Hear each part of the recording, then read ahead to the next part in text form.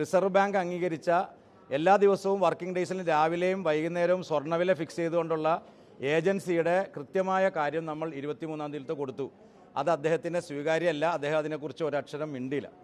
രണ്ടാമത്തെ കാര്യം, അദ്ദേഹത്തിൻ്റെ വരുമാനം വെളിപ്പെടുത്തിയിട്ടില്ല എന്നുള്ളതാണ്. പ്രതിപക്ഷ നേതാവ് എന്നുള്ള നിലയിലുള്ള ശമ്പളം എത്രയാണ്, അലവൻസ് എത്രയാണ് വാങ്ങുന്നത് എന്നുള്ളതിന് ഒരു വരി പോലും അദ്ദേഹം ഒരു എക്സ്പ്ലനേഷൻ ഇല്ല.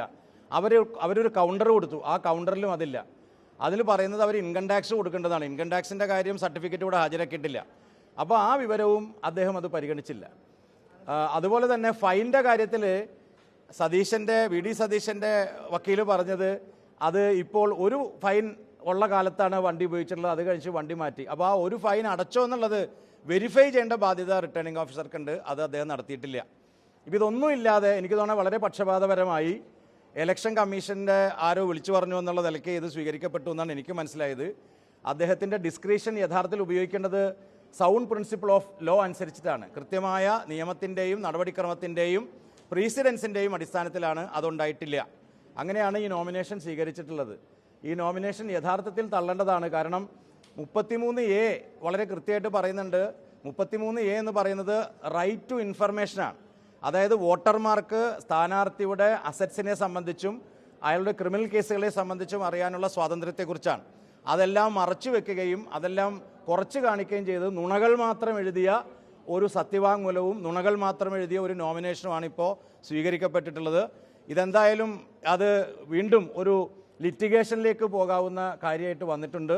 സുപ്രീം കോടതി വിധികളുടെ ലംഘനമാണ് യഥാർത്ഥത്തിൽ ഇവിടുത്തെ റിട്ടേണിംഗ് ഓഫീസർ സ്വീകരിച്ചിട്ടുള്ളത്. ഇതാണ് എനിക്ക് പറയാനുള്ളത്. നമുക്ക് ഇലക്ഷൻ പ്രോസസ്സിനിടയ്ക്ക് കോടതിയിൽ പോകാൻ പറ്റില്ല. ആ റിസൾട്ടിന് ശേഷം തീർച്ചയായിട്ടും വാലിഡ് ഗ്രൗണ്ട് അല്ലേ, നമ്മൾ ഉറപ്പായിട്ട് പോകും. വളരെ കൃത്യമായിട്ടുള്ള നിയമത്തിൻ്റെ അടിസ്ഥാനത്തിലുള്ള ലീഗൽ ഗ്രൗണ്ട്സാണ് നമ്മൾ റേസ് ചെയ്തത്. കാരണം 4A അഫിഡവിറ്റ് എന്ന് പറയുന്നത് 33A പ്രകാരമുള്ള നോമിനേഷൻ്റെ കൂടെയുള്ളതാണ്. അത് നോമിനേഷൻ്റെ ഭാഗമാണ്. ഇപ്പം നോമിനേഷൻ്റെ ഒറ്റ കാര്യം, പ്രതിപക്ഷ നേതാവ് എത്ര ശമ്പളം മേടിച്ചു എന്ന് പറയണ്ടേ? 5 കൊല്ലമായിട്ട് അദ്ദേഹം എത്ര ശമ്പളം മേടിച്ചു, അദ്ദേഹത്തിൻ്റെ വരുമാനം എന്താണെന്ന് ജനങ്ങളോട് പറയാനുള്ള ബാധ്യതയില്ലേ? അത് ഡിസ്ക്ലോസ് ചെയ്യണ്ടേ? അത് ചെയ്തിട്ടില്ല. സ്വർണത്തിൻ്റെ വില, ഭാര്യയുടെ കയ്യിലുള്ള സ്വർണത്തിൻ്റെ വില ജനങ്ങളോട് പറയണ്ടേ? എല്ലാ മനുഷ്യർക്കും അറിയാം സ്വർണത്തിന് 1,05,800 രൂപയാണ് ഇന്നലത്തെ വില എന്നുള്ളത്. അതെല്ലാം കൂടി കുറച്ച് കാണിച്ചാൽ നുണ പറയാൻ പാടുണ്ടോ? ഇതെല്ലാം കൃത്യമായിട്ട് തെളിവുകൾ സഹിതം നമ്മൾ കൊടുത്തിട്ടുണ്ട്. അദ്ദേഹം അത് പരിഗണിച്ചിട്ടില്ല. BJP സ്നേഹിതന്മാർ ഈ ഒബ്ജക്ഷനൊക്കെ ഞങ്ങൾ റേസ് ചെയ്യുമ്പോൾ മൗനം പാലിക്കുകയായിരുന്നു. അതുകൊണ്ട് ഇലക്ഷൻ കമ്മീഷനുമായിട്ടുള്ളൊരു കൊളൂഷൻ യഥാർത്ഥത്തിൽ ഇക്കാര്യത്തിൽ ഉണ്ട് എന്നുള്ള ആരോപണം കൂടി ഉത്തരവാദിത്തപ്പെട്ടൊരു ഏജന്റ് എന്നുള്ള നിലയ്ക്ക് ഞാൻ പറയുകയാണ്.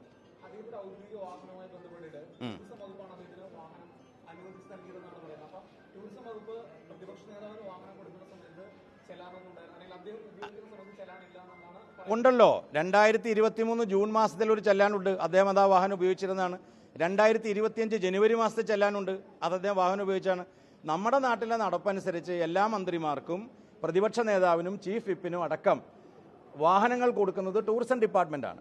അപ്പോൾ ടൂറിസം ഡിപ്പാർട്ട്മെൻറ്റ് വാഹനം എൻട്രസ്റ്റ് ചെയ്ത് കഴിഞ്ഞാൽ അപ്പോൾ തന്നെ അത് പിന്നെ അവരുടെ ഉത്തരവാദിത്തമായിട്ട് മാറുകയാണ്. ആ വാഹനത്തിൽ വരുന്ന എല്ലാത്തരം ലയബിലിറ്റീസും എല്ലാത്തരം ക്ലിയറൻസും നടത്തേണ്ടത് ആർക്കാണോ വാഹനം എൻട്രസ്റ്റ് ചെയ്യപ്പെട്ടത് അവരാണ്.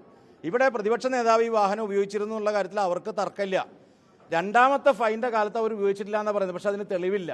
അപ്പോൾ ആദ്യത്തെ ഫൈൻ ഉപയോഗിച്ചിരുന്നു അവർ തന്നെ അഡ്മിറ്റ് ചെയ്തു. പക്ഷേ ആ ഡ്യൂസ് ക്ലിയർ ചെയ്തൊന്ന് നോക്കേണ്ടത് റിട്ടേണിംഗ് ഓഫീസറാണ്. സാധാരണഗതിയിൽ നോമിനേഷൻ കിട്ടുമ്പോൾ തന്നെ ഇയാളെക്കുറിച്ച് സർക്കാർ ഡ്യൂസ് ഉണ്ടോ എന്ന് അവർ സിസ്റ്റത്തിൽ വെരിഫൈ ചെയ്യണം. അതുപോലും നടത്താതെയാണ് ഈ നോമിനേഷൻ സ്വീകരിച്ചിട്ടുള്ളതെന്നാണ്.